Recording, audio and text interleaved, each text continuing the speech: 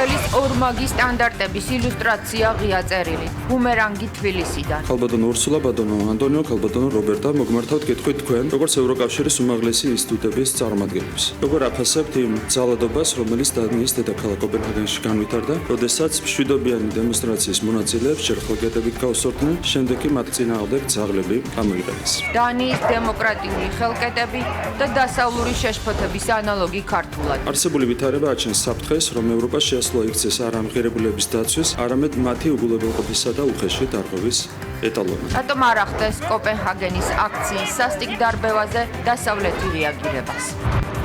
ომალო, ბირკიანი და ჯოყოლო. ანტიტერორისტული სპეცოპერაცია სამ სოფელში და 3 დაკავებული. უცხო ქვეყნიდან იღებდნენ გარკვეულ მითითებებს. ბანკის ხეობაში ეგრეთ წოდებული ჯამაათის ჩამოყალიბებას და ტერორისტულ საქმიანობაში სხვა პირების ჩართვას ცდილობდნენ. ისლამური სახელმწიფოს რიგებში გაერთიანებული საქართველოს მოქალაქეები. ფოტოები სირიიდან. პატრიარქის შეხვედრა დიუშენის კუნთოვანი დისტროფიით დაავადებული ბავშვების მშობლებთან. საპატრიარქოში სამუშაო ჯგუფი გაკეთდება, ჩვენ მშობლები, სპეციალისტები და საპატრიარქოს წარმომადგენლები. რაზე შეთანხმდნენ საპატრიარქოში? ჩვენ შევეცდებით, რომ საკითხი სიღრმისეულად შევისწავლოთ, უახლოეს მომავალში შედგება შეხვედრა. რას აცხადებს ხელისუფლება და რა პასუხები აქვს მედიკამენტებზე მსოფლიოს წამყვან ჯანდაცვის სისტემებს? დღეს არამც თუ საქართველოსთვის, არამედ პრაქტიკულად მთელი მსოფლიოსთვის არის შესწავლის და დაკვირვების საგანი. ეთერშია კურიერი 9 საათზე. ნათია ლაზაშვილთან და დავით კაკულიასთან ერთად.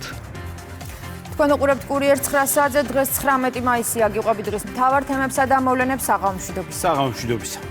თბილისი კოპენჰაგენის მოვლენებით შეშფოთებულია. თბილისმა ზუსტად ისენა აითვისა, რომლითაც მას წლების განმავლობაში ესაუბრებოდნენ. ქალბატონ ურსულა ფონ დერ ლაიენს, ბატონ ანტონიო კოშტას და ქალბატონ რობერტა მეცოლას. ღია წერილი ბრიუსელში საქართველოს პრემიერ-მინისტრმა გააგზავნა. ეს არის დასავლური შეშფოთების ანალოგი ქართულად, სადაც ევროკავშირის ორმაგი სტანდარტების ილუსტრაცია ხდება. წერილი ერთგვარი ბუმერანგიცაა და პოლიტიკური პაროდიაც, სადაც ქართული მხარე დასავლელ პარტნიორებს სარკეში ჩახედვას ურჩევს. მთავარი ხაზი მარტივად იკითხება. დანიას თურმე დემოკრატიული ხელკეტები აქვს. საქართველოში კი არაპროპორციულ ძალას იყენებენ, როდესაც აქციის მონაწილეების სამართალდამცველებს ქვებს და პიროტექნიკას ესვრიან. საქართველოს ერთადერთია, რომელმაც მთავრობის დონეზე დაგმო კოპენჰაგენში მომხდარი ფაქტი. არც ერთ დასავლურ სახელმწიფოს არ ქონია რეაგირება, თავად დანია კი, რომელიც თბილისში აქციის დაშლას ძალადობას უწოდებდა, ახლა ამტკიცებს, რომ დანიურმა პოლიციამ საზოგადოებრივი წესრიგი და კერძო საკუთრება დაიცვა. ირაკლი კობახიძის წერილის პირველი ნაწილი საქართველოს ევროპულ მისწრაფებებს, თავისუფლებისა და დემოკრატიის იმ ღირებულებებს ეხება, რომელთა გამოც საქართველოს ეს გზა დიდი ხნის წინ აირჩია. მეორე ნაწილში კი საქართველოს პრემიერი ევროკავშირის უმაღლეს წარმომადგენლებს ეკითხება, როგორ აფასებენ იმ ძალადობას, რომელიც დანიის დედაქალაქში განვითარდა. თბილისიდან გაჟღერებული კრიტიკა ზუსტად იმეორებს იმ კლიშეებს, რომლებსაც საქართველოს ბოლო წლებში ევროპიდან ისმენდა. თუმცა საქართველოს ხელისუფლებისთვის მიუღებელია არა მხოლოდ ის ძალადობა, რომელიც კოპენჰაგენში მოხდა, არამედ ისიც, რომ ევროკავშირი აღარ იცავს იმ ფუნდამენტურ პრინციპებს, რომლებსაც ის დაეფუძნა.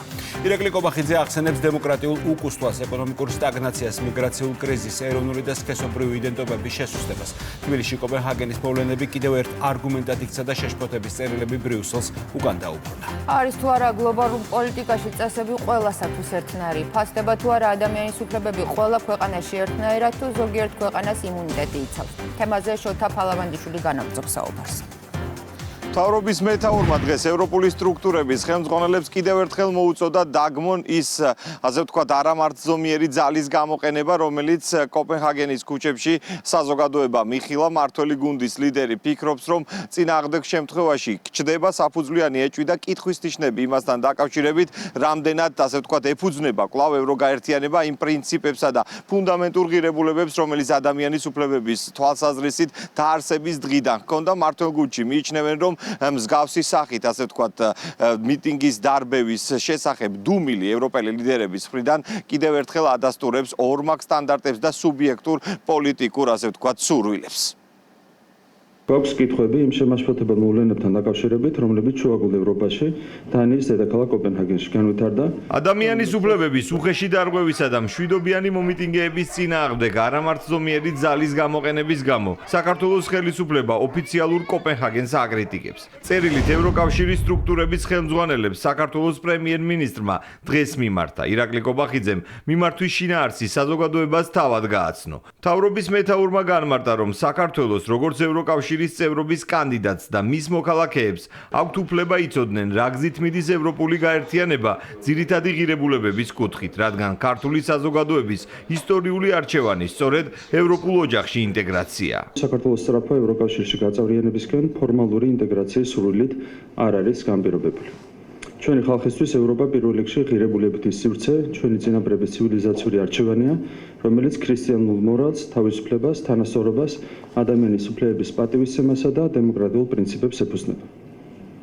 ჩვენთვის ევროკავშირის საერთო ევროპული ცივილიზაციური სივრცეა გაერთიანება, რომელიც არა რომელიმე კონკრეტულ პოლიტიკურ ფიგურას, ევროპელ ლიდერს თუ ევროპულ ბიუროკრატს, არამედ ევროპელ, მათ შორის ქართულ ხალხს ეკუთვნის. გვაქვს კითხვები იმ შემაშფოთებელ მოვლენებთან დაკავშირებით, რომლებიც შუაგულ ევროპაში დანიის დედაქალაქ კოპენჰაგენში განვითარდა და რომლებსაც ვფიქრობთ არაფერი აქვს საერთო არც ევროპასთან და არც ევროპულ ღირებულებებთან. ურსულა ფონ დერ ლაიენს, ანტონიო კოშტას და რობერტა მეცოლას დღეს ირაკლი კობახიძემ დანიის დედაქალაქში მიმდინარე მოვლენების ხმამაღლა შეფასება მოსთხოვა. პრემიერ-მინისტრმა მომიტინგეების ბრუტალური მეთოდით დაშლას და არაპროპორციული ძალის გამოყენებას ევროპული ფასეულობებისგან გადახრა უწოდა. ირაკლი კობახიძის აზრით, ევროპის შუაგულში ადამიანის ფუნდამენტური უფლებების დარღვევაზე დუმილი, გაერთიანების შექმნის პრინციპებს ეწინააღმდეგება, რაც საგანგაშო სიგნალია. მოგმართავთ კითხვით თქვენ, როგორც ევროკავშირის უმაღლესი ინსტიტუტების წარმომადგენლებს. როგორ აფასებთ იმ ძალადობას, რომელიც დანიის დედაქალაქ კოპენჰაგენში განვითარდა, როდესაც მშვიდობიანი დემონსტრაციის მონაწილეებს ჯერ ხალხიატებით გაუსწორდნენ, შემდეგ კი მათ წინააღმდეგ ძაღლები გამოიყენეს. იმ უმძიმესმა კადრებმა, სადაც ვიხილეთ, თუ როგორ საშინლად არბევს პოლიცია მშვიდობიან დემონსტრანტებს, საერთაშორისო საზოგადოებას ნათლად დაანახა შემაშფოთებელი რეალობა. თუკი წლების განმავლობაში ევროპა დემოკრატიის, ადამიანის უფლებების, სიტყვისა და გამოხატვის თავისუფლების, აგრეთვე სხვა ფუნდამენტური ღირებულებების დაცვის ეტალონად მიიჩნეოდა, დღეს სულ უფრო მკაფიოდ იკვეთება საპირისპირო ტენდენცია. არსებული ვითარება აჩენს საფრთხეს, რომ ევროპა შეასრულა იქცეს არა ამ ღირებულებების დაცვის, არამედ მათი უგულებელყოფისა და უხეში დარღვევის ეტალონად. საქართველოსთვის, ისევე როგორც ნებისმიერი ქვეყნისთვის, რომელიც დემოკრატიული ღირებულებების ერთგულია, კატეგორიულად მიუღებელია როგორც ის ძალადობა, რომელიც კოპენჰაგენში ვიხილეთ, ისე ის ფაქტი, რომ ევროკავშირი აღარ იცავს ფუნდამენტურ პრინციპებს, რომლებსაც თავის დროზე დაეფუძნა. ამ ყველაფრის გათვალისწინებით ბუნებრივია თქვენ მიმართ ჩდება კითხვები, მათ შორის კითხვები იმის შესახებ, შეესაბამება თუ არა ასეთი ძალადობრივი ქმედებები იმ დემოკრატიისა და ადამიანის უფლებების სტანდარტებს, რომელთა ერთგულებასაც ევროკავშირი მუდმივად უსვამს ხაზს და რომლისკენაც მსოფლიოს ქვეყნები ეისწრაფოდნენ. დანიაში მომიტინგეების წინააღმდეგ გამოყენებულ არაპროპორციულ ძალას ვერ უარყოფს ოპოზიცია, თუმცა მათი თქმით, ეს ქვეყნის შიდა პოლიტიკური საქმეა და საგარეო შეფასებებს არ საჭიროებს. როდესაც ვაფასებთ რაიმე მოვლენაში გადაცდომის არაპროპორციული ძალის გამოყენებას, პირველ რიგში უნდა მივმართოთ სასამართლოს და დავინახოთ, როგორ რეაგირებს კონკრეტულ გადაცდომაზე სასამართლო. ჩემთვის როგორც პირველ რიგში მოქალაქისთვის ამ ქვეყნის ძალიან სასაცილოა ვუსმენდი ადამიანს, რომელიც პარაკობს დანიაზე და კიდევ ერთხელ აღნიშნავ, არანაირ წერილს და არანაირ განცხადებას ფასი არ აქვს. ევროპული ბიუროკრატიის იმ ნაწილს, რომელიც კოპენჰაგენში მომხდარ ძალადობაზე დუმს და ქართულ ოპოზიციას საერთო ლობისტური ქოლგის ქვეშ მოიაზრებენ სახელისუფლებო გუნდში. ქართულ ოცნებაში აქცენტს ორმაგ სტანდარტზე აკეთებენ. ამბობენ, რომ ევროპელი პოლიტიკოსების მხრიდან საქართველოში ძალადობრივი აქციების მხარდაჭერა, კოპენჰაგენში კი მშვიდობიანი დემონსტრაციის დაშლაზე დუმილი მათ სუბიექტურ პოლიტიკურ ინტერესებს ააშკარავებს. ამ ტიპის ფაქტები პირდაპირ აჩენს იმას, რომ არსებობს ორმაგი სტანდარტი. და ძალიან ცუდია, კატეგორიულად მიუღებელია, იმიტომ რომ ჩვენ თუ გავიხსენებთ საქართველოში მიმდინარე პროცესებს, რა გამოხმაურება ქონდა, რა განცხადებებს აკეთებდნენ, ხო? მაშინ, როდესაც პირდაპირ ხედავდით, რომ ეს არ იყო მშვიდობიანი აქცია. ვიხილეთ პრაქტიკულად ის ქმედება პოლიციისა, რომელიც არათუ არ ესადაგება ევროპულ სტანდარტს, არამედ წარმოადგენს ტოტალიტარული საბჭოეთის ღრმა ისტორიიდან კადრებს, სად არის აქ ღირებულებათა თანხვედრა ევროკავშირის შექმნის დროს არსებულ იმ ღირებულებებთან, რის გამოც გაერთიანდნენ ევროპელი ერები. მსგავსი ტიპის ქმედებები არა ორმაგი სტანდარტი, არამედ არის უსტანდარტობა, როდესაც საკუთარ ქვეყანაში უშვებ ასეთი ტიპის ძალადობრივ დაშლას, მომიტინგეების და საერთაშორისო სტანდარტის შესაბამისად მიტინგის დაშლის პროცედურებს აკრიტიკებს საქართველოში არის ნამდვილად უსტანდარტობა. დანიის დედაქალაქში აქციები რამდენიმე დღეა მიმდინარეობს. მომიტინგეები უმსხვილესი კომპანია მაერსკის სათაო ოფისთან ყოველდღიურად იკრიბებიან და მაერსკისგან ისრაელის სასარგებლოდ სამხედრო ტვირთების გადაზიდვის შეწყვეტას მოითხოვენ. იგივე ხდება სიძულვილის ენაზე დასავლეთის ქვეყნებში ეთიკური სტანდარტი დიდი ხანია დამკვიდრებულია. სხვისი შეურაცხყოფა, პატივისა და ღირსების შელახვა, სიძულვილისა და მტრობის წახალისება ევროკავშირის ქვეყნებში სისხლის სამართლის კოდექსით ისჯება, თუმცა როდესაც საქართველოს ადმინისტრაციული კოდექსით უნდა შუღლისა და პოლარიზაციის პრევენცია, იქ უკვე ისმის კრიტიკა, რომ თბილისი გამოხატვის თავისუფლებას ზღუდავს. დღეს ამ თემას ირაკლი კობახიძეც გამოეხმაურა. პრემიერი აცხადებს, რომ სიძულვილის ენის გამოვლენა უკლებლივ ყველა მხარეს უნდა შეეხოს და ადამიანის დამცირებისთვის კანონის წინაშე ყველა თანაბარი იქნება. შეურაცხყოფელი რიტორიკის მონიტორინგისა და მასზე რეაგირებისთვის შინაგან საქმეთა სამინისტროში სპეციალური სამმართველო იქმნება. არ აქვს მნიშვნელობა, სად ხდება ღირსების შელახვა. სოციალური ქსელები ყველაზე დიდი საჯარო სივრცეა. საქართველოში ახალი სამსახურის შექმნა ზუსტად დაამთხვა სტრასბურგის სასამართლოს დღევანდელი გადაწყვეტილებაც. ადამიანის უფლებათა ევროპულმა სასამართლომ საქართველოდან წასულ ერთ-ერთ საჩივარზე პირდაპირ დაწერა, რომ ღირსების შელახვა, საჯაროდ გაკეთებული შეურაცხყოფელი, უცენზურო და დამამცირებელი განცხადებები გამოხატვის თავისუფლებით არ არის დაცული და ამ ფარგლებს ცდება. შეურაცხყოფა არ არის კრიტიკა, მიუხედავად იმისა, რომ ზოგიერთ პირს თმენის ვალდებულება აქვს, ეს არ ამართლებს მასზე თავდასხმას ან დამცირებას.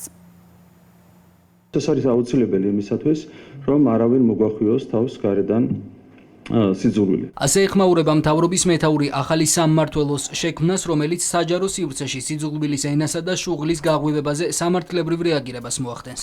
პრემიერის განმარტებით საჭიროა ეფექტური მექანიზმების ამოქმედება იმ ზიზღის კამპანიის წინააღმდეგ, რასაც საქართველოში გარე აქტორები ნერგავენ. სწორედ ამას უზრუნველყოფს შინაგან საქმეთა სამინისტროს ახალი სტრუქტურული ერთეული. ზოგადად თქვენ ხედავდით რა იყო უცხოური ჩარევის, მათ შორის NGO-ების დაფინანსების ერთ-ერთი გამოკვეთილი მიზანი.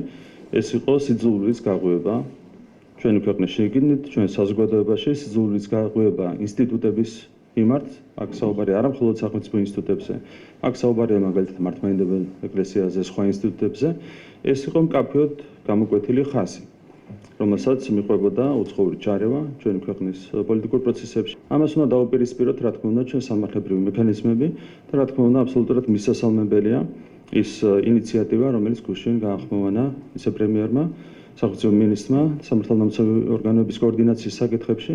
ბუნებრივია, ჩვენ დიდ ყურადღებას მივაქცევთ ამ სამმართველოს შესაბამისი დანაყოფის ეფექტიან მუშაობას. ეს არ არის მარტო საქართველოსთვის დამახასიათებელი მოვლენა, ყველა ქვეყანაში, სადაც იგივე ძალები ცდილობენ ჩაერიონ ადგილობრივ პროცესებში, ყველგან ხედავთ სიძულვილის გაღვივების ერთი ხელწერით დანერგელ ამ ცდილობებს. ამას შეიძლება, რა თქმა უნდა, ძალიან მკვეთრი დაპირისპირება. საჯაროდ გაკეთებული შეურაცხმყოფელი, უცენზურო და დამამცირებელი განცხადებები გამოხატვის თავისუფლების ფარგლებს რომ ცდება, ამას სტრასბურგის სასამართლოც ადასტურებს. საქმეზე მილაძე საქართველოს წინააღმდეგ ეროვნული ინსტანციების გადაწყვეტილება ძალაში დარჩა. ფაქტობრივად შეფასება არის, რომ ქართულმა სასამართლოებმა აბსოლუტური სიზუსტით, პროპორციულობის დაცვით და ევროპული სტანდარტების დაცვით მიიღეს გადაწყვეტილება და ეს არის მნიშვნელოვანი, რადგან მათ შორის კონკრეტულ საქმეზე გადაწყვეტილება ეფუძნებოდა ეროვნულ დონეზე სასამართლოების მიერ უკვე დამკვიდრებულ პრეცედენტებს. შესაბამისად შეიძლება ითქვას, რომ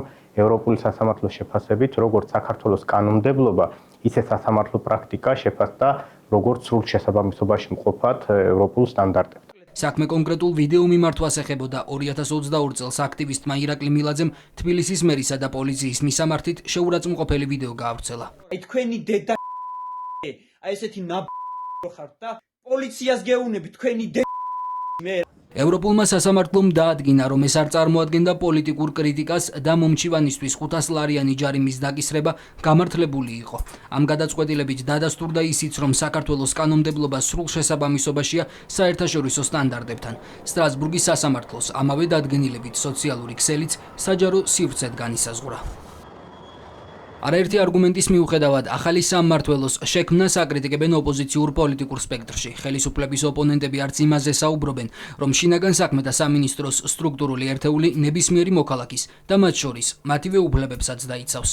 სიტყვისა და გამოხატვის თავისუფლების შეზღუდვა ამ მიმართულებით არის სისუსტის ნიშანი და მათ შორის დამოკიდებულება ჩვენი ქვეყნის მიმართ. ეს არ არის ნორმალური. ჩვენი პარტია არის ის პარტია, რომელიც არასოდეს მსგავს ენას არ იყენებს ოპონენტებთან და მათ შორის რა თქმა უნდა მოქალაქეებთან საუბრის დროს დასაგმობია და სიძულვილის ენას უნდა ვებრძოლოთ ყველა.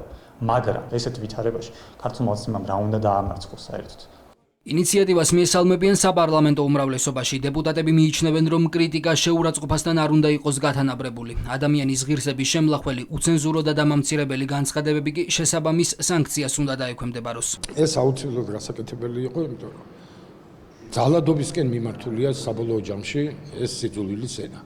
თქვენ ძალიან კარგად იცით, შეგიძლიათ აქეთ შემახსენოთ, ფატალურ შედეგებამდეც კი მიდის ხოლმე გახმაურებული მკვლელობები ასეთ ნიადაგზე გახსოვთ ამერიკის შეერთებულ შტატებშიც, ევროპაშიც და როდესაც ამას ზღვარი არ აქვს, ეს ძალადობას ახალისებს და საზოგადოების საბოლოო გახდაჩვას ახალისებს. პოზიცია შეიძლება დააფიქსირო განსხვავებული კრიტიკული, მათ შორის ძალიან მწვავედ კრიტიკულიც, მაგრამ ეს ანიშნავს იმას, რომ გადახვიდე უკვე ისეთ შეურაცხყოფებზე, როგორიც არის მაგალითად საქართველოში აბსოლუტური უმრავლესობის მიერ აღიარებული ეკლესია და მისი მწყემსთავრის შეურაცხყოფა. ასევე სამწუხარო მოცემულობაა, მაგრამ ეკლესიაში შედიან და იქ შეურაცხყოფას აყენებენ ხან სიტყვიერად, ხან მათ შორის ქმედებით, მათ შორის ხატებს და ასე შემდგომ. ამიტომ ასეთი ტიპის საქციელების წინააღმდეგ პრევენციული ხასიათის ზომები უნდა გატარდეს. ახალი სამმართველოს შექმნის ინიციატივით ვიცე-პრემიერი და სამართალდამცავი უწყებების კოორდინაციის საკითხებში სახელმწიფო მინისტრი გუშინ გამოვიდა. მამუკა მდინარაძემ ხაზგასმით აღნიშნა, რომ თავად უზრუნველყოფს ისეთი პრაქტიკის დანერგვას, რაც სამართალდარღვევას აღმოფხვრის და ადამიანის უფლებებს დაიცავს. პრინციპულად მნიშვნელოვანია, რომ აღნიშნული სამმართველო იმოქმედებს პროაქტიულ რეჟიმში და რეაგირება არ იქნება დამოკიდებული მხოლოდ მოქალაქის საჩივარზე. უწყება თავად განახორციელებს მონიტორინგის მომზადებას, შესაბამის სამართლებრივ შეფასებას და საჭიროების შემთხვევაში თავად გადააგზავნის მასალებს სასამართლოში. მსგავსი პრაქტიკა მოგეხსენებათ მოქმედებს არაერთ ქვეყანაში, ბრიტანეთი, საფრანგეთი, გერმანია და ასე შემდეგ, იმისათვის, რომ არ დარჩეს სივრცე სპეკულაციებისთვის. ხაზგასმით აღნიშნავ, რომ ამ გადაწყვეტილების მიზანი არ არის აზრისა და გამოხატვის თავისუფლების რაიმე ფორმით შეზღუდვა. ჩემი პირადი პასუხისმგებლობა იქნება და ხელისუფლების ზოგადად, არა მხოლოდ ჩემი, რომ დავაწესოთ და დავადგინოთ სწორი პრაქტიკა საიმისოდ, რომ სწორი ზღვარი გაივლოს ადამიანის უფლებებს, მათ შორის სიტყვის და გამოხატვის თავისუფლებას და შეურაცხყოფას, შუღლის გამაღვივებელ სიტყვებს, ფრაზებს თუ ამგვარი ბრჭყალებში, ამ შემთხვევაში უკვე ამგვარი გამოხატვის ფორმებს შორის. დეპარტამენტი, რომლის დანიშნულებაც საჯარო სივრცეში სიძულვილისა და შუღლის ენის შემცირება იქნება, ფუნქციონირებას უახლოეს მომავალში დაიწყებს. სტრატეგიული თანამშრომლობის ახალი ეტაპი სტრატეგიულ პარტნიორთან და შეთანხმებების ახალი პაკეტი, რომელიც ენერგეტიკული უსაფრთხოების 20 წლიან გარანტიას ქმნის და რომლითაც საქართველო და აზერბაიჯანი არა მხოლოდ პასუხობენ თანამედროვე გლობალურ გამოწვევებს, არამედ მომავლის დღის წესრიგს თავად ქმნიან. თბილისისა და ბაქოს თანამშრომლობას სამხრეთ კავკასიის გეოპოლიტიკური არქიტექტურა თვისობრივად ახალ ფაზაში გადაჰყავს. მაშინ როდესაც შუა დერეფნის როლი დრამატულად იზრდება, აზერბაიჯანი და საქართველო ხელს აწერებს სამ უმნიშვნელოვანეს დოკუმენტს, რომლებიც რომლებიც რეგიონის ენერგეტიკულ და სატრანზიტო უსაფრთხოებას 2-10 წლების განმავლობაში განსაზღვრავს. ენერგეტიკული სუვერენიტეტის გამტკიცებისთვის გადადგმული ნაბიჯია ელექტროენერგიის მიწოდებისა და ტრანზიტის 20 წლიანი ხელშეკრულებაც, რომლის დეტალები საბაზრო კონკურენციის გამო კომერციული საიდუმლოებაა. მიუხედავად იმისა, რომ ზუსტი ციფრები კონფიდენციალურია, ხელისუფლება აცხადებს, რომ ამას ქვეყნისთვის უდიდესი სარგებელი ექნება. სატრანზიტო შემოსავლებით ქვეყნის ბიუჯეტი დამატებით მილიონობით ლარის შემოსავალს მიიღებს. ამას დაემატება შავი ზღვის წყალქვეშა კაბელი და მაღალტექნოლოგიური ელექტროგადამცემი ინფრასტრუქტურა. ალიევი და ყობახიძე ასევე შეთანხმდნენ ბაქო-თბილისის სუფსის ნავთობსადენის სრულფასოვან ამოქმედებაზე, რაც მნიშვნელოვნად გაზრდის საქართველოს სატრანზიტო ფუნქციას და აზერბაიჯანული ნავთობის დასავლეთის ბაზრებზე მიწოდებას. შეთანხმდნენ ბაქო-თბილისი ყარსის სარკინიგზო მაგისტრალის ერთობლივ მართვაზე, ერთობლივ საწარმოში ორივე ქვეყანას თანაბარი 50%-იანი წილი ექნება. მოკლედ, საქართველო და აზერბაიჯანი გრძელვადიან საიმედო სატრანზიტო ხიდს ქმნიან. ამ ხელმოწერით კიდევ ერთხელ დადასტურდა, რომ სტრატეგიული პარტნიორობა მხოლოდ სიტყვები არ არის და რომ საქართველო აზერბაიჯანი ერთმანეთისთვის სანდო, ურყევი და პროგრესული მოკავშირეები არიან. ეკონომიკა, ენერგეტიკა, დაკავშირებადობა, ისტორიული მნიშვნელობის შეთანხმებები ყველა საკვანძო მიმართულებას მოიცავს და 10 წლეულობით განსაზღვრავს ქვეყნის ენერგეტიკულ სატრანსპორტო უსაფრთხოებას. ბუნებრივი აირის ყიდვა-გაყიდვის ხელშეკრულება კიდევ 20 წლით გახანგრძლივდა, რაც ნიშნავს, რომ სოციალური ტარიფები არ გაიზრდება, ფასი შენარჩუნდება და უზრუნველყოფილი იქნება გაზმომარაგების მოცულობა. მყარი გარანტიით ასევე 20 წლით გაფორმდა ელექტროენერგიის მიწოდებისა და ტრანზიტის ხელშეკრულება. დამატებითი ეკონომიკური სარგებელი მოაქვს მრავალთვიანი მოლაპარაკებების შედეგად მიღწეულ შეთანხმებასაც, რომლის მიხედვითაც 3 წლიანი პაუზის შემდეგ ფუნქციონირებას იწყებს ბაქო-თბილისის სუფსის მილსადენი. ნავთობსადენის აღდგენით ქვეყანა ათეულობით მილიონის პოტენციურ შემოსავალს აღარ დაკარგავს. განსაკუთრებული მნიშვნელობა ენიჭებოდა სოციალური გაზის შეთანხმების გაგრძელებას, ვადაეწურებოდა ამ წლის ბოლომდე და განსაკუთრებით მნიშვნელოვანი იყო ჩვენი ქვეყნისთვის, ხალხისთვის, რომ ეს ხელშეკრულება გაგრძელდა 20 წლით, ანუ სოციალური გაზი, სოციალური ტარიფით, სოციალური ფასით საქართველოს მიეწოდება შემდეგი 20 წლის განმავლობაშიც და ამისათვის, რა თქმა უნდა, განსაკუთრებული მადლობა უნდა გადავუხადოთ აზერბაიჯანულ მხარეს. ასევე ელექტროენერგიის იმპორტთან და ტრანზიტთან დაკავშირებით გვაქვს ძალიან კარგი შედეგები, სამწუხაროდ კომერციული საიდუმლოებაა ეს ხელშეკრულება და მისი დეტალები, რომ არ იყოს კომერციული საიდუმლოება, კიდევ უფრო გასაგები გახდებოდა საზოგადოებისთვის ის უდიდესი სარგებელი, რომელიც ამ შეთანხმებას მოაქვს ჩვენი ქვეყნისთვის. შეეხება ბაქო-თბილისი სუფსას, მილსადენის ფუნქციონირებას. გასული 3 წლის განმავლობაში საერთოდ იყო გაჩერებული.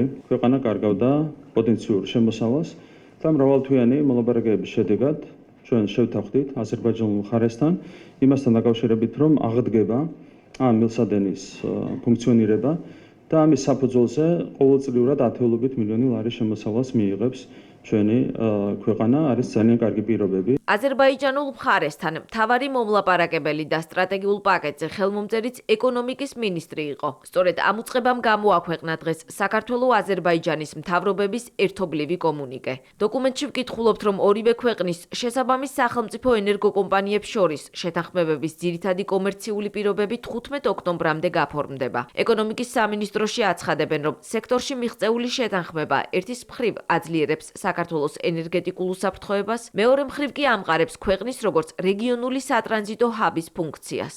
სტრატეგიული დოკუმენტი აზერბაიჯანის მხრიდან საქართველოსათვის ბუნებრივი აირის უწყვეტ მიწოდებას და სოციალური გაზის მოწოდებას უზრუნველყოფს. ასევე ახალი შეთანხმება ითვალისწინებს 20 წლიან თანამშრომლობას ორ ქვეყანას შორის ელექტროენერგიის სექტორში, რაც გულისხმობს ელექტროენერგიის ყიდვა-გაყიდვას და თურქეთის მიმართულებით ტრანზიტის უზრუნველყოფას. მხარეები ასევე შეთანხმდნენ ბაქო-სუფსის ნავთობსადენის ქართული სექციის დატვირთვაზეც. საქართველო-აზერბაიჯანის მჭიდრო თანამშრომლობა დიდ როლს შეასრულებს რეგიონული ენერგეტიკული დერეფნის განვითარებაში და კიდევ უფრო გაზრდის საქართველოს როგორც სატრანზიტო ქვეყნისა და მწვანე ენერგეტიკული ჰაბის ფუნქციას. დაკავშირებადობის მიმართულებით ისტორიული მნიშვნელობის შეთანხმება შედგა რკინიგზის სექტორშიც. ენერგეტიკული ხელშეკრულებების პარალელურად სრულ ექსპლუატაციაში შედის ბაქო-თბილისი-ყარსის რკინიგზის ახალი სარკინიგზო მონაკვეთი. რკინიგზის სრულმასშტაბიანი ოპერირებით ევროპასა და აზიას შორის ტვირთების გადაზიდვის დრო მნიშვნელოვნად მცირდება. საქართველოს სატრანზიტო როლი კი შუადერეფნის მიმართ საერთაშორისო ინტერესის ფონზე უფრო იზრდება. შესაბამისად იზრდება საქართველოს ლოგისტიკური და სავაჭრო-ეკონომიკური ურთიერთობების პოტენციალიც. ტრანსპორტის სექტორში კიდევ ერთი მიღწევა 6 წლიანი პაუზის შემდეგ თბილისსა და ბაქოს შორის ყოველდღიური სამგზავრო მატარებლების რეისების განახლებას უკავშირდება. ბაქო-თბილისი-ყარსის რკინიგზა შედის სრულ ექსპლუატაციაში, რაც თავისთავად ჩვენს რეგიონში ქმნის ახალ დამატებით სისტემას, რომელიც მოემსახურება შუადერეფანს, შესაბამისად გაზრდის მის კონკურენტუნარიანობას და ჩვენი სამი ქვეყნის, თურქეთის, საქართველოსა და აზერბაიჯანის შორის დაკავშირებადობა ცენტრალურ აზიასთან, ჩინეთთან და შესაბამისად რეგიონთან გახდება ბევრად უფრო მოქნილი, ეფექტური და სწრაფი. დამატებით უმნიშვნელოვანესია, რომ აღდგება ბაქოსა და თბილისის შორის ყოველდღიური სარკინიგზო მიმოსვლა, რომელიც ასე ვთქვათ დააკავშირებს დედაქალაქებს ერთმანეთთან. ყოველდღიური სამგზავრო სარკინიგზო მიმოსვლა მიმდინარე წლის 26 მაისიდან აღდგება. ბაქო-თბილისი-ყარსის რკინიგზის ქართული მონაკვეთის ოპერატორი კი საქართველოს რკინიგზა იქნება. ქართული მხარის შეფასებით ბაქოში მიღებული გადაწყვეტილებები ადასტურებს საქართველოს სარკინიგზო ინფრასტრუქტურის საკვანძო როლს შუადერეფნის ეფექტიანი და კონკურენტუნარიანი ფუნქციონირების უზრუნველყოფაში. საბოლოოდ შევჯერდით ყველა დეტალთან დაკავშირებით, რომელიც უკავშირდება ბაქო-თბილისი-ყარსის რკინიგზას და თვის ბოლომდე უკვე დაიწყებს რკინიგზის ეს მონაკვეთი ფუნქციონირებას. საქართველოს მონაკვეთზე მთლიანად იქნება პასუხისმგებელი საქართველოს რკინიგზა, მთლიანობაში დაფუძნდება ერთობლივი საწარმო ქართულ-აზერბაიჯანული და ამ ფორმატში იქნება უზრუნველყოფილი რკინიგზის ოპერირება, რა თქმა უნდა, ეს არის ძალიან მნიშვნელოვანი იმისათვის, რომ ჩვენ მაქსიმალურად ავითვისოთ ჩვენი დაკავშირებადობის ფუნქცია და ამასთან ერთად თქვენ იცით, რომ აღდგება სარკინიგზო მიმოსვლა 26 მაისიდან საქართველოსა და აზერბაიჯანის შორის, რაც ძალიან მნიშვნელოვანია ზოგადად ქვეყნებს შორის ურთიერთობებისთვის, ხალხთა შორის ურთიერთობებისთვის, ტურიზმის განვითარებისთვის. ძალიან მნიშვნელოვანი იყო პრეზიდენტ ალიევის ვიზიტი საქართველოში, შეხვედრა, რომელიც შედგა ბატონ ბიზინაინიშვილსა და ბატონ ილხამ ალიევს შორის და მინდა ხაზი გაუსვა ეკონომიკის სამინისტროს გუნდის ძალიან ეფექტიან მუშაობას. ეს იყო მრავალთვიანი მოლაპარაკებები, განსაკუთრებული მადლობა ეკუთვნის ეკონომიკისა და მდგრადი განვითარების მინისტრს ბატონ მარიამ ქრიუშვილს, რომელმაც იდეალურად წარმართა ეს მოლაპარაკებები და საქართველომ მიიღო იდეალური შედეგი ამ მოლაპარაკებების საფუძველზე. გრძელვადიანი ხელშეკრულებები, რომელიც მოსახლეობისთვის ენერგორესურსებით სტაბილურ უზრუნველყოფას და სოციალური დაცვის გარანტიებს ქმნის. ექსპერტების შეფასებით კონკრეტული შედეგები, რომლითაც სამთავრობო დელეგაცია თბილისში დაბრუნდა, აჩვენებს, რამდენად მნიშვნელოვანია მიმდინარე ომების ფონზე საიმედო კავშირები სანდო სტრატეგიულ პარტნიორთან.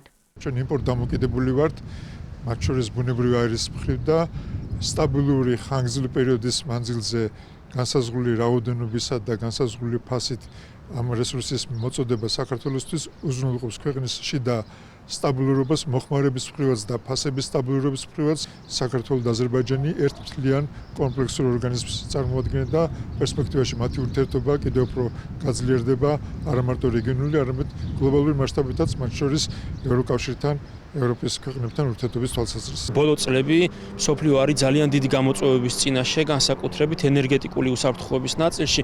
ჩვენ ნახეთ რუსეთ-უკრაინის ომის შედეგები, როდესაც ევროპაში შეიქმნა ენერგეტიკული კრიზისი. ჩვენ ახლა ვხედავთ ახლო აღმოსავლეთის კონფლიქტს, რომელიც ასევე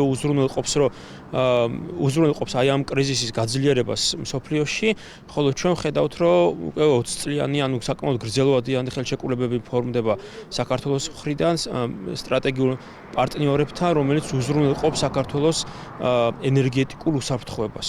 შუადერეფანში ყველაფერი საქართველოს გავლით ხდება საქართველოს და აზერბაიჯანის სამხრეთ კავკასიაში ერთად ქმნიან მშვიდობის, სტაბილურობისა და თანამშრომლობის რეგიონს. ეს ილჰამ ალიევმა ჯერ კიდევ გასულ თვეს განაცხადა, როდესაც საქართველოში ოფიციალური ვიზიტით იმყოფებოდა. სწორედ მაშინ დაანონსდა საერთო პროექტები და ინვესტიციების გაზრდის ახალი პერსპექტივები. კიდევ ერთი სტრატეგიული პარტნიორი, რომელიც ყველაზე მეტად არის დაინტერესებული იმ სატრანზიტო დერეფნით, რომელზეც საქართველო და აზერბაიჯანი სტრატეგიულ ინფრასტრუქტურას ქმნიან. საქართველოს დელეგაციამ პეკინიდან სიანში გადაინაცვლა ქალაქში, რომელიც ჩინეთის უმნიშვნელოვანესი კულტურული, ისტორიული და ეკონომიკური ცენტრია და აქვს სტრატეგიული დატვირთვა, რადგან სწორედ იქ იწყება სი ძინპინის საგარეო ეკონომიკური პოლიტიკის მთავარი პროექტი ერთი სარტყელი, ერთი გზა. მათ შორის ეს არის ძველი აბრეშუმის გზისა და ახალი შუა დერეფნის საწყისი წერტილი, საიდანაც ჩინური ტვირთების უდიდესი ნაწილი ცენტრალურ აზიისა და საქართველოს გავლით ევროპის მიმართულებით იგზავნება. ამიტომაც სიანში მიმდინარე მოლაპარაკებებს საქართველოსთვის განსაკუთრებული ეკონომიკური დატვირთვა და ისტორიული მნიშვნელობაც აქვს. უძველესი დედაქალაქი ჩინეთის დასავლეთის მიმართულების ეკონომიკური და სატრანზიტო ჰაბია, სადაც ვაჭრობას საფუძველი ძველი წელთაღრიცხვის მეორე საუკუნეში ჩაეყარა. საქართველო კი ამ გზით სტრატეგიული გეოპოლიტიკური უპირატესობა ჯერ კიდევ ვახტანგ გორგასლის დროს შეიძინა. ჩინეთს ახლაც ისევე სჭირდება ეს გზა, როგორც საუკუნეების წინ. მსოფლიოში მიმდინარე ომებმა კი შუა დერეფანი ერთ-ერთ მთავარ სატრანზიტო ჰაბად აქცია. კიდევ ერთი დეტალი. სიანის მშრალი პორტიდან ევროპისკენ მიმავალი მატარებლები ფოთისა და ბათუმის პორტებამდე დაახლოებით 2 კვირაში ჩამოდიან. მაშინ როცა საზღვაო გზით იმავე ტვირთის ტრანსპორტირებას თითქმის 2 თვე სჭირდება. საქართველოს დელეგაციის ვიზიტის დეტალებზე სიანიდან პირდაპირ ეთერში ლიკა ალელიშვილი გვერდება. საქართველოს პარლამენტის თავმჯდომარის და საპარლამენტო დელეგაციის წევრების ოფიციალური ვიზიტი პეკინში დასრულებულია, თუმცა სანამ ჩინეთის დედაქალაქს დატოვებდნენ, პარლამენტის თავმჯდომარე და დელეგაციის წევრები იმყოფებოდნენ ჩინეთის საგარეო ურთიერთობათა უნივერსიტეტში. ეს სწორედ ის უნივერსიტეტია, რომელიც მსოფლიო დონის დიპლომატებსა და საერთაშორისო ურთიერთობების სპეციალისტებს ზრდის. უნივერსიტეტში მოხსენება ჰქონდა საქართველოს პარლამენტის თავმჯდომარეს, რომელმაც ისაუბრა ვრცლად საქართველოსა და ჩინეთს შორის არსებულ ურთიერთობებს. ასევე სიტყვით გამოვიდა უნივერსიტეტში საქართველოს-ჩინეთის მეგობრობის საპარლამენტო კომისიის თავმჯდომარე გია ვოლსკი, რომელმაც ყურადღება გაამახვილა ასევე საქართველოსა და ჩინეთს შორის არსებულ ურთიერთობებზე, ამ ურთიერთობების გაღრმავების მნიშვნელობაზე, განსაკუთრებით კი დიპლომატიური და სავაჭრო ეკონომიკური მიმართულებით. ამის შემდეგ პარლამენტის თავმჯდომარე და დელეგაციის წევრები გამოემართნენ შანსის პროვინციაში, კერძოდ კი ქალაქ სიანში, სადაც მოეწყო დახვედრის ოფიციალური ცერემონია. ამის შემდეგ ადგილობრივი ხელისუფლების წარმომადგენლებმა ქართული დელეგაცია წაიყვანეს უძველესი ქალაქის კარიბჭესთან და დაათვალიერებინეს მიდამოები, ასევე მოეწყო აქაც დახვედრის ოფიციალური ცერემონია. ქალაქი სიანი აღსანიშნავია, რომ არის ადგილი, საიდანაც იწყებოდა აბრეშუმის გზა და ასევე ჩინეთისთვის ქალაქი სიანი არის სწორედ ის ადგილი, საიდანაც პირველად დაუკავშირდა ჩინეთი დასავლეთს. შესაბამისად სიანი არის ერთ-ერთი მთავარი სატრანსპორტო სავაჭრო ქალაქი ჩინეთისთვის. შესაბამისად, რა თქმა უნდა, ხვალდაგეგმილ შეხვედრებზე საქართველოს პარლამენტის თავმჯდომარე და დელეგაციის წევრები ყურადღებას გაამახვილებენ საქართველოს როლზე შუა დერეფნის პროექტში, ასევე ყურადღება გამახვილდება და აქცენტი გაკეთდება საქართველოს უმნიშვნელოვანეს ნაბიჯებზე და ინფრასტრუქტურულ პროექტებზე, რომლებიც ჩვენს ქვეყანაში უკვე მიმდინარეობს. საინტერესო შეხვედრა იყო დილით პეკინის საერთაშორისო ურთიერთობათა უნივერსიტეტში. სტუდენტები, ექსპერტები, ლექტორები, მათ შორის მოწვეული ლექტორები. საკმაოდ საინტერესო ასვლა გასვლა გამოცვლა იყო ზოგადად მსოფლიოში მიმდინარე პროცესებზე, რეგიონში არსებულ ვითარებაზე და იმ პერსპექტივაზე, რაც გააჩნია მსოფლიოს, როდესაც ეს დაპირისპირებების ცხელი ფაზა დამთავრდება და იმედია, რომ გადავა უკვე მსოფლიოს ახალ დღის წესრიგს. პეკინში ჰქონდა ძალიან საინტერესო და ნაყოფიერი შეხვედრები უმაღლესი დონის ხელმძღვანელობასთან, როგორც ჩინეთის სახალხო კრების, ასევე საკონსულტაციო ასამბლეის. ნიშანდობლივია, რომ ჩვენი ვიზიტი გრძელდება ქალაქ სიანში, შანსის პროვინციაში, რომელიც არის სწორედ ის ადგილი, საიდანაც დაიწყო აბრეშუმის გზა. მნიშვნელოვანია, რომ ჩვენ დღეს, როდესაც ვსაუბრობთ შუა დერეფნის მნიშვნელობაზე და მის ფუნქციონირებაზე და მისი პოტენციალის სრულად ათვისებაზე, მნიშვნელოვანია, რომ ეს ჩვენი ვიზიტი სწორედ სიანში შეხვედრებით სრულდება და აქ განვიხილავთ ასევე სხვადასხვა შესაძლებლობას, როგორ შეიძლება საქართველოსთვის სასარგებლო ინიციატივები წამოვიღოთ. საქართველოს პარლამენტის თავმჯდომარის და დელეგაციის წევრების ოფიციალური ვიზიტი ჩინეთში გუშინ დაიწყო. გუშინ საქართველოს პარლამენტის თავმჯდომარის შეხვედრა ჰქონდა ჩინელ კოლეგასთან, ასევე სახალხო კონგრესის სხვა წარმომადგენლებთანაც. შეხვედრებზე ყურადღება გამახვილდა საქართველოსა და ჩინეთს შორის არსებული ურთიერთობების ახალ ეტაპზე გადაყვანაზე. ორივე მხრიდან გამოითქვა მზადყოფნა დიალოგის გაგრძელებაზე, ასევე გუშინ შეთანხმდნენ მხარეები, რომ საქართველოსა და ჩინეთს შორის პარლამენტებს შორის გაგრძელდეს თანამშრომლობა და გადავიდეს ახალ ეტაპზე. პარალელურად საქართველოს პარლამენტის თავმჯდომარემ ჩინელი კოლეგა მოიწვია საქართველოში. საბოლოოდ კი, როგორც პარლამენტის თავმჯდომარემ განაცხადა, საკმაოდ მნიშვნელოვანი და ნაყოფიერი შეხვედრები გაიმართა ამ 2 დღის განმავლობაში, თუმცა ოფიციალური ვიზიტი ჩინეთში არ სრულდება. ხვალ სიანში, როგორც გითხარით, გაიმართება მაღალი დონის შეხვედრები ადგილობრივი ხელისუფლების წარმომადგენლებთან. მადლობა ლიკა ლელიშვილი საუბრობდა ჩინეთიდან საპარლამენტო დელეგაციის ვიზიტსა და შეხვედრებზე. ამასობაში კი ზაარბრუკენმა თბილისთან კავშირების გადაწყვეტა. გერმანული მედია იტყობინება, რომ ქალაქის მერმა უკვე წარადგინა რეზოლუცია, რომელიც საქართველოს დედაქალაქთან ოფიციალური კონტაქტის შეჩერებას ითვალისწინებს. თბილისი და ზაარბრუკენი საბჭოთა კავშირის დროს 1975 წელს დაძმობილდნენ. ნახლა კი გერმანული ქალაქი 51 წლიან მეგობრობას საქართველოში მიმდინარე პოლიტიკური მოვლენების მიზეზით აჩერებს. ფაქტს უკვე გამოეხმაურა თბილისის მერი და საკუთარ პასუხს გერმანელი ხალხისადმი სამძიმრის წერილი უწოდა. კალაძე დარწმუნებულია, რომ ზაარბრუკენი გლობალური პოლიტიკის კულუარული ძალების გავლენის მსხვერპლია.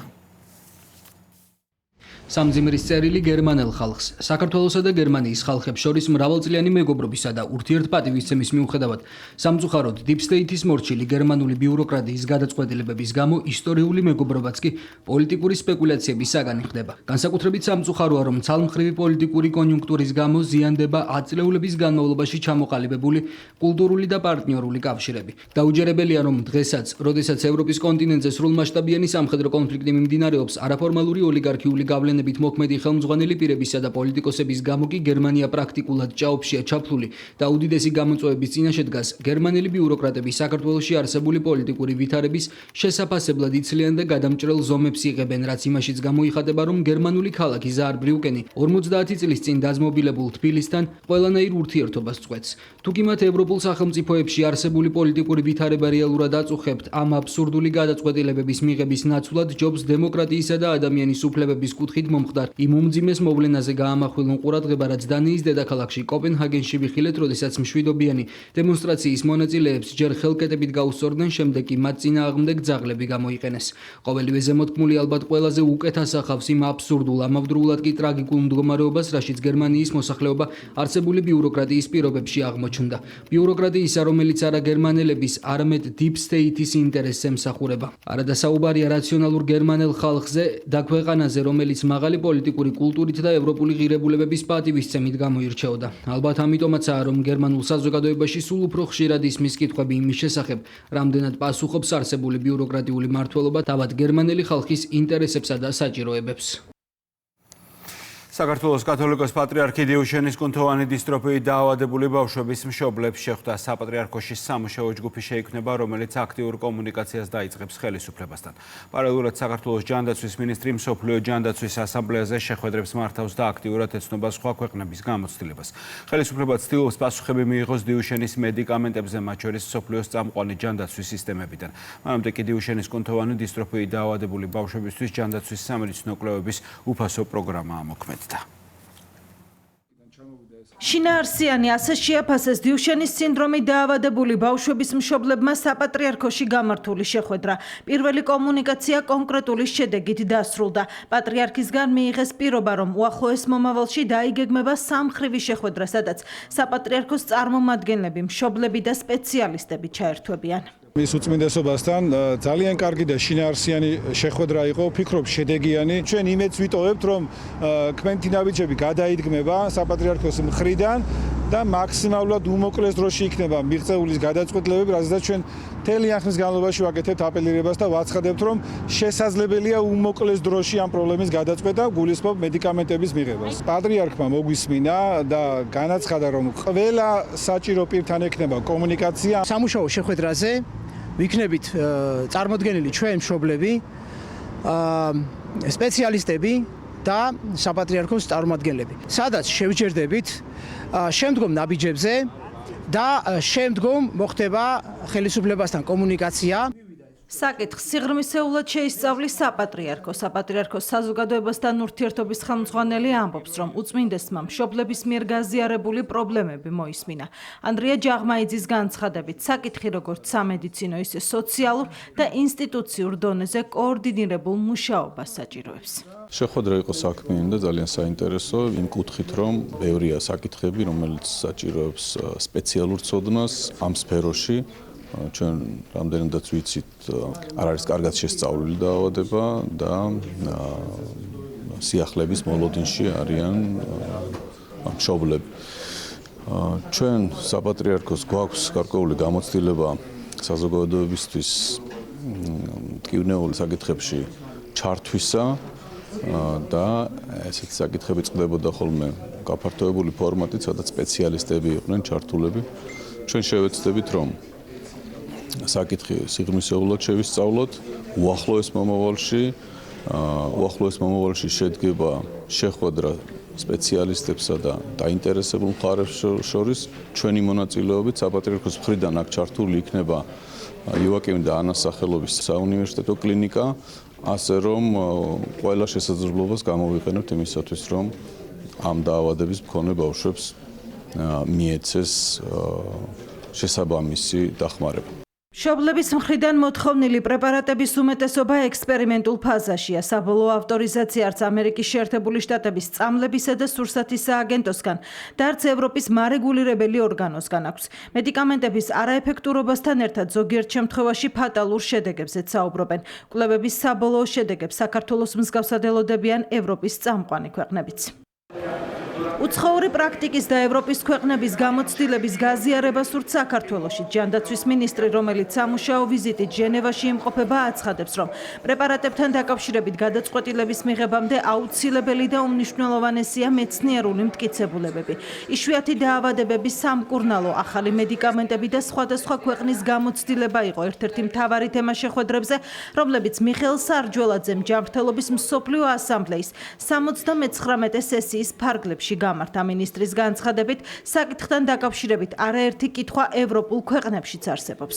აუცილებელია სამედიცინო პროცესებზე მეცნიერული მტკიცებულებების შეკრება, თავმოყრა და მხოლოდ ამის საფუძველზე გადაწყვეტილების მიღება. მეცნიერული მტკიცებულებებისა, რომელზეც დაყრდნობითად ჩვენ შეგვეძლება საუბარი იმაზე, თუ რამდენად უსაფრთხოა რომელიმე კონკრეტული მედიკამენტი, ვის, როგორ, რა წესით, რა ფორმით უნდა ჩაუტარდეს კონკრეტული თერაპია და ასე შემდეგ. ყველა ეს საკითხი ბუნებრივია დღეს არამც თუ საქართველოსთვის, არამედ პრაქტიკულად მთელი მსოფლიოსთვის არის შესწავლის და დაკვირვების საგანი და არავის არ აქვს დღეს შესაძლებლობა, რომ რაიმე სწრაფი, ნაჩქარევი გადაწყვეტილებები იქნეს მიღებული.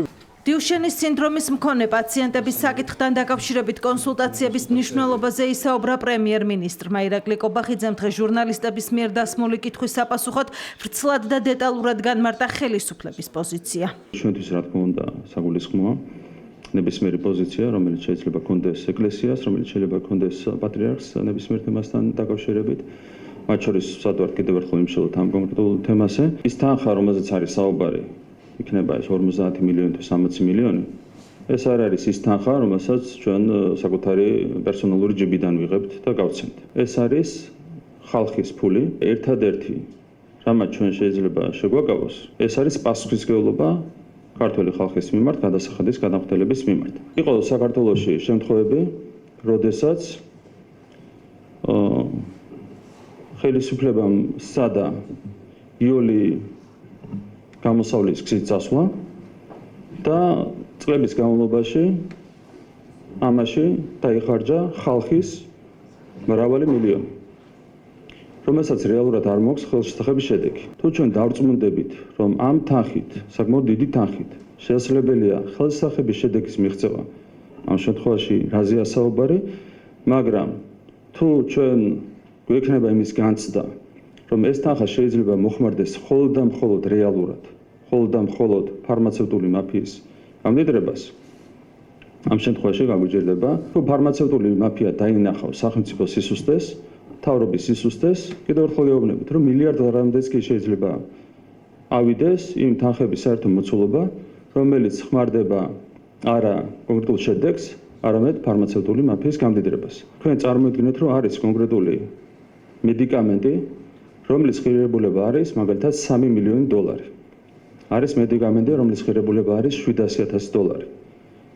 ამ წამლების თვითღირებულება ერთ შემთხვევაშიც, მეორე შემთხვევაშიც არის მაქსიმუმ $300,000. თქვენ შეგიძლიათ თავადაც წარმოიდგინოთ, რა მასშტაბის მაფიაზეა საუბარი. თავარია, რომ ჩვენ არ ავყვეთ მაფიის ინიციატივებს, რა თქმა უნდა, ჩვენ თავიდან ბოლომდე შევდივართ მშობლების მდგომარეობაში. იყო კონსულტაციები ჯანდაცვის სამინისტროში მშობლებთან, რა თქმა უნდა, ყველა ფორმატში უნდა გაგრძელდეს კონსულტაციები.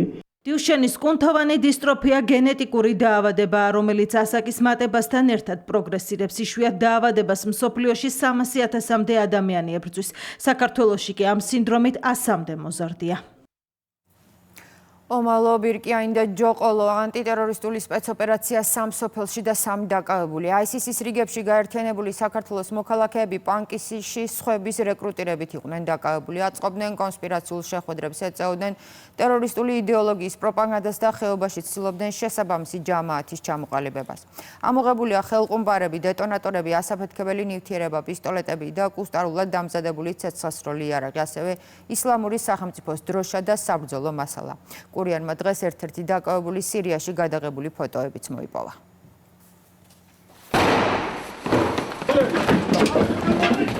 ომალო ბირკიანი ჯოყოლო მასშტაბური ოპერაცია პანკისის ხეობაში გვიანღამით დაიწყო. კონტრტერორისტულმა ცენტრმა და სპეციალური ოპერაციების დეპარტამენტის თანამშრომლებმა სამ სოფელში საქართველოს 3 მოქალაქე დააკავეს. სამივე დაკავებულს ტერორისტულ ორგანიზაციაში გაერთიანებასა და ტერორისტულ საქმიანობაში დახმარებას ედავებიან. ბრალდებულებს უსაფრთხოების სამსახურის თანამშრომლებმა ძირითადი უფლებები დაკავების დროს გააცნეს. თქვენ გაქვთ ადვოკატის ხელისუფლება.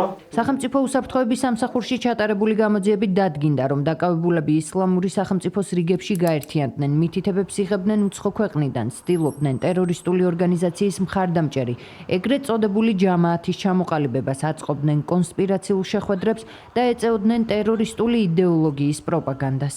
გამოძიებით დადგინდა, რომ დაკავებული პირები გაერთიანდნენ ტერორისტული ორგანიზაცია ისლამური სახელმწიფოს რიგებში და ტერორისტული საქმიანობის განხორციელების მიზნით უცხო ქვეყნიდან იღებდნენ გარკვეულ მითითებებს.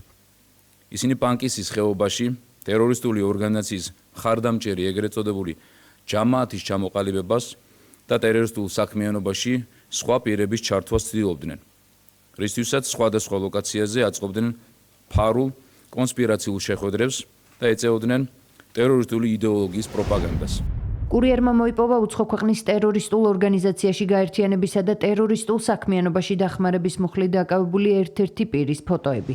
ექსკლუზიური მასალით დასტურდება ბრალდებულის ყოფნა სირიის ტერიტორიაზე. ფოტოებში დაკავებული პირი აღბეჭდილია სირიაში საბრძოლო ტექნიკის ფონზეც.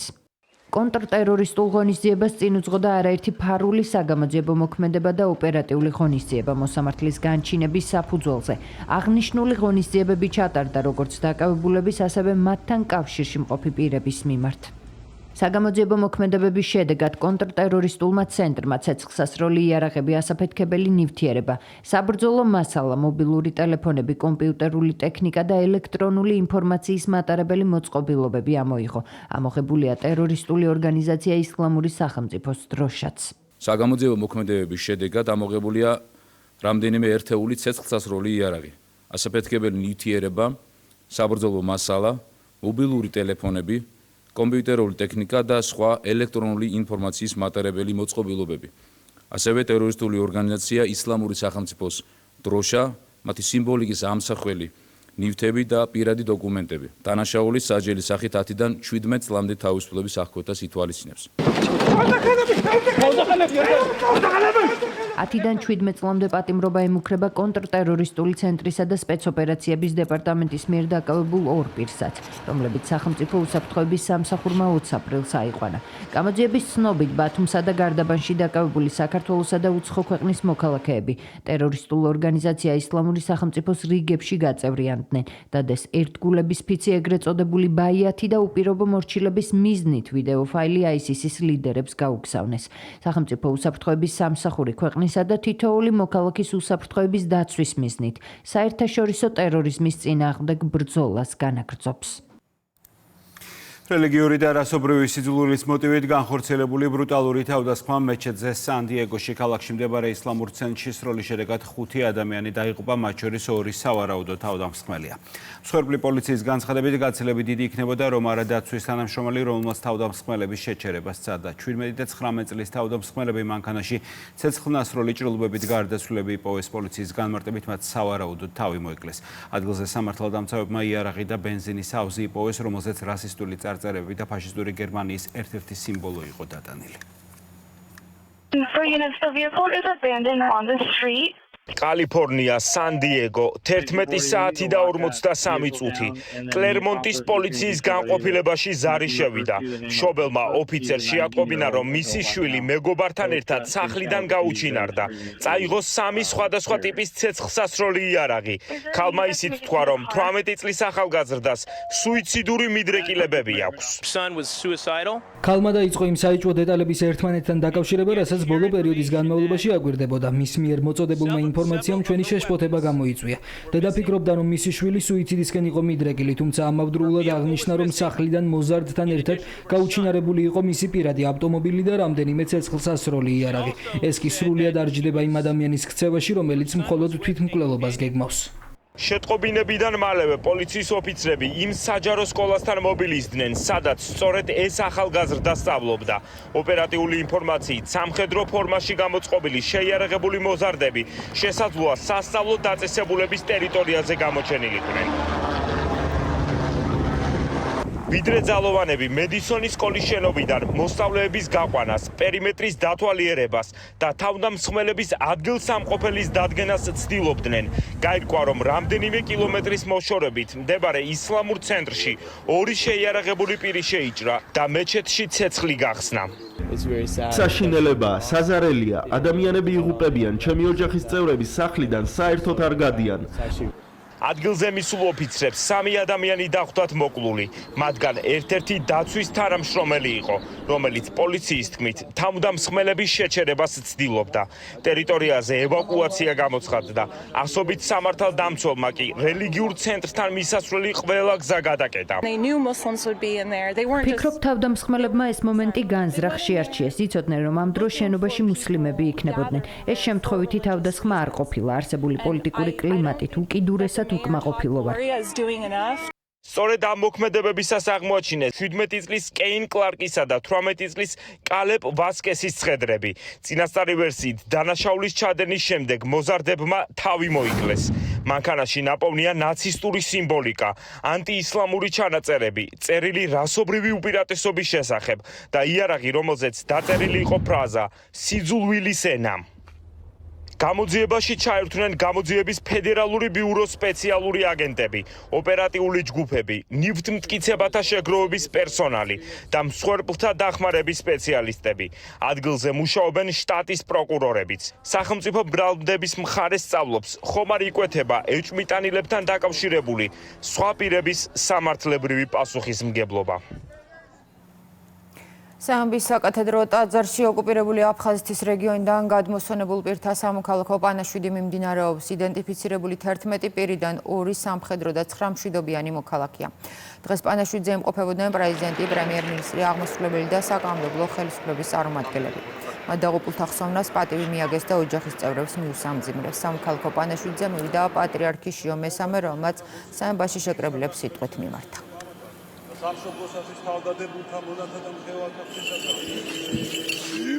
კიდევ ერთხელ ვიზიარებ თქვენს დიდ მწუხარებას. ჩვენია ეს საერთო მწუხარება. ერთად ვიხსენიებთ ჩვენს გმირებს, სულიერ შვილებს, ძმებს და დებს, რომელნიც სამშობლოსთვის აღესრულნენ აფხაზეთში, იმ საშინელ ომში და ასევე ჩვენ ვიხსენიებთ არა მხოლოდ ქართველებს, არამედ მათთან ერთად აფხაზებსაც. ვიხსენებთ ცხინვალის ომსაც, ცხინვალში დაღუპულ ჩვენს ძმებს და დებს, როგორც ქართველებს, ასევე ოსებს. ღმერთმა აცხონოს მათი სულები, ღმერთმა მოაშუშოს ჩვენი დიდი ჭრილობა და მოგცეს მადლი დიდი შერიგების. რომ მოხდეს ეს ჩვენი შერიგება ჩვენ და აღარ გამეორდეს არასდროს ეს მათამკვლელი ომები. არამედ შევრიგდეთ და ჩვენი ძმური თანაცხოვრება როგორც იყო საუკუნეების განმავლობაში, ასე გაგრძელებულიყოს და გვეცხოვროს ერთიან ქვეყანაში მშვიდობით და ღვთისწყალობით. როგორც ვიცით, იმ მომენტში, როდესაც ეს ადამიანები, ზოგი ადამიანი დარჩა მაგალითად იმ ადგილას, იმ კინდღში ესე ვთქვათ, და მამაც მათთან ერთად რო დაბრუნდა, როგორც ამბობენ, მან დახოცეს აფხაზებმა, ესე ვთქვათ. გაორება მაქვს რაღაცნაირად. ძალიან ის არის, თითქოს მივიწყებული ჰქონდა ეს ტკივილი, რაღაც ისეთი იყო, მივიწყებული რაღაცნაირად, მაგრამ ხო რაღაც თან გვიხარია თითქოს. ხო რაღაც უცნაურია, მაგრამ თან რაღაც ისეთი ისიც არის, რომ თითქოს ყველა ერთად ვართ, ესე ვთქვათ. რომ მამაც აქ არის. აფხაზეთის რეგიონიდან გადმოსვენებული კიდევ 11 იდენტიფიცირებული პირის, მათ შორის 2 სამხედრო მოსამსახურის ნეშტის დაბრუნება მოვახერხეთ ოჯახებისთვის, რაც შესაძლებელი გახდა სახელმწიფო პროგრამის განხორციელებაში ჩართული შესაბამისი უწყებების ინტენსიური მუშაობით, ერთიანი სამთავრობო მიდგომითა და მხარდაჭერით. ასობით 1000 ადამიანი ატარებს დღემდე სამწუხაროდ ომის უმძიმესი შედეგების გამოცდილებას, დევნილობის თუ მრავალ ტრაგიკულ ისტორიას. ამიტომაც ჩვენ განსაკუთრებით ვაფასებთ მშვიდობას და მხოლოდ მშვიდობით ვიღწვით, რომ დავძლიოთ ჩვენი ქვეყნის წინაშე დღემდე არსებული ურთულესი გამოწვევები. 25,000 ფასდაკლება და სპეციალური შეთავაზება ევროპის მასშტაბით საქართველოში ევროპული ახალგაზრდული ბარათის პროგრამა ამოქმედა. მასში მონაწილეობა 18-დან 30 წლის ასაკის მქონე მოქალაქეებს შეუძლიათ. პროგრამა ევროპის საბჭოს მხარდაჭერით ხორციელდება და უკვე 40 წელია ევროპაში ახალგაზრდებისთვის მოგზაურობის, კულტურის, სპორტისა და საგანმანათლებლო შესაძლებლობების გაფართოებას ემსახურება. ამერიდან ქართველი ახალგაზრდებიც ისარგებლებენ სპეციალური პირობებით. ბარათი მხოლოდ საქართველოში 600-ზე მეტ ობიექტზე გავრცელდება. ეს ბარათი მხოლოდ ფასდაკლებები არ არის. ეს არის ახალი გამოცდილება, ახალი შესაძლებლობები და კიდევ უფრო მეტი კავშირი ევროპულ სივრცესთან. ერთი ბარათი 40 ქვეყანა და 25,000-ზე მეტი ფასდაკლება. საქართველოში ევროპული ახალგაზრდული ბარათის პროგრამა დღეიდან ამოქმედდა. სიახლე ახალგაზრდებს, მათ შორის გერმანიაში, საფრანგეთსა და ბელგიაში მოგზაურობის, განათლებისა და გართობის მიმართულებით სრულიად ახალ პერსპექტივებს სთავაზობს. პროგრამა დღეს საზოგადოებას თბილისის მერმა გააცნო. გასულ წელს საზოგადოებას წარუდგინეთ აღნიშნული ინიციატივა, რომ ვაპირებდით აღნიშნული პროგრამის განხორციელებას. ეს უკვე ჩვენი დაპირება ვაქციეთ საქმეთ. ძალიან მიხარია, რომ ქართველი ახალგაზრდები, რა თქმა უნდა, ისარგებლებენ აღნიშნული ბარათით, რომელზეც 25,000-მდე ბენეფიტი, ანუ ფასდაკლებები არის სხვადასხვა მიმართულებით. ტურიზმი, განათლება, კვება, ტრანსპორტი კატეგორიების ჩამონათვალი ვრცელია. ბარათის მფლობელს შეუძლია ისარგებლოს როგორც ყოველდღიური სერვისებით, ასევე ფინანსური განათლების პროგრამებითა და დაზღვევის შეღავათიანი პირობებით.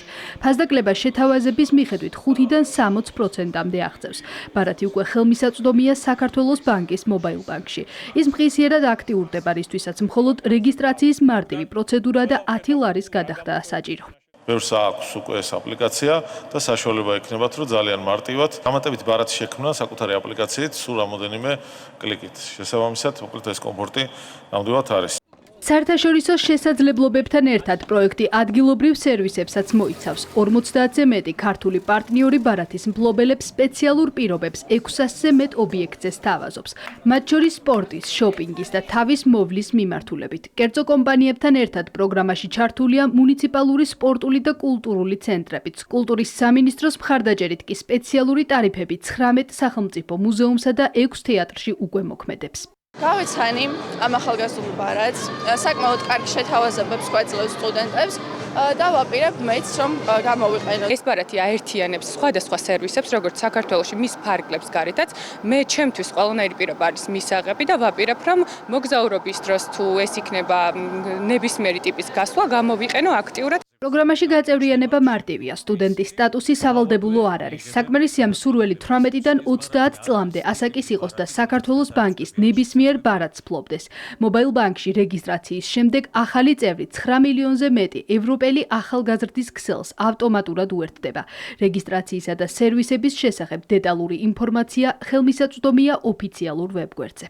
ეს ეხება მთელი საქართველოს მასშტაბით მოქალაქეებს.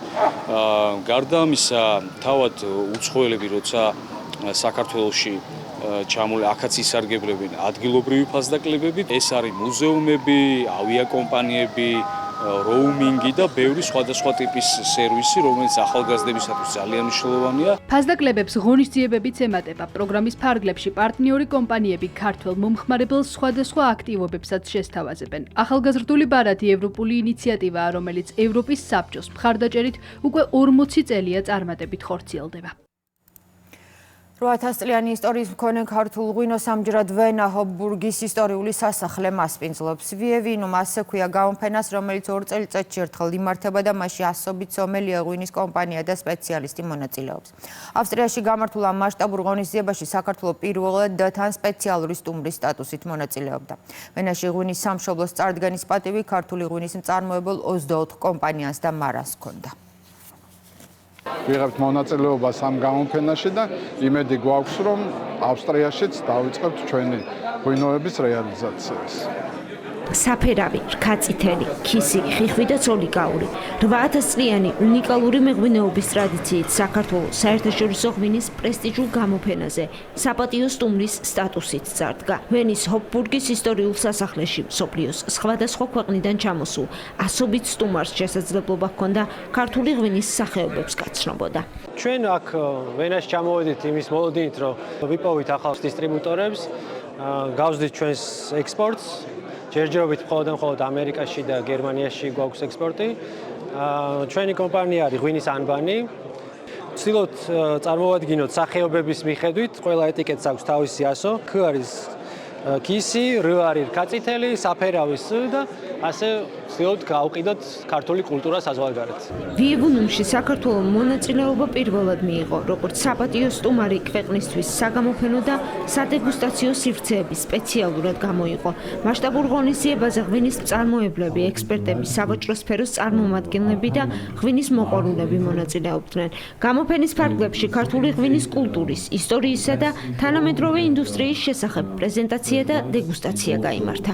ქონდა შესაძლებლობა წარუედგინა 20 კომპანიის ღვინოები ამ გამოფენაზე და ასევე ახლა ჩავატარეთ პრეზენტაცია ღვინის პროფესიონალებისთვის, რომელსაც ძირითადად გავაცანით ქართული ღვინის ისტორია, დღევანდელი დღე და გავაცანით ძირითადი სახეობები ქართული ღვინის, თუ რას წარმოადგენს ზოგადად ისტორიულად ქართული ღვინო. ქართული ღვინის მწარმოებელ კომპანიებს აქვს შესაძლებლობა თავიანთი პროდუქცია, ქართული ღვინის კულტურა, ღვინის დაყენების ტრადიციები გააცნონ როგორც ადგილობრივ მომხმარებელს, ასევე ღვინის პროფესიონალებს. ყოველივე ეს ხელს შეუწყობს როგორც ქართული ღვინის ცნობადობის ამაღლებას, ასევე ექსპორტის ზრდას ავსტრიასა და ევროპის სხვადასხვა ქვეყნებში. ღონისძიების ფორმატი ხელს უწყობს სხვადასხვა ქვეყნის ღვინის კულტურის გაცნობას და საერთაშორისო ბიზნეს კავშირების გაძლიერებას. გამოფენაში ქართველი მეღვინეები ღვინის ეროვნული სააგენტოსა და ავსტრიის რესპუბლიკაში საქართველოს საელჩოს ორგანიზებით მონაწილეობდნენ. ჩვენ ძალიან მოხარულები ვართ, რომ წელს შეგვიძლია საქართველოს როგორც სტუმარი ქვეყანა ისე მოგვესალმოს. ეს ჩვენთვის დიდი სიხარულია, რადგან საქართველოს აქვს წარმოუდგენლად ხანგრძლივი ღვინის კულტურა.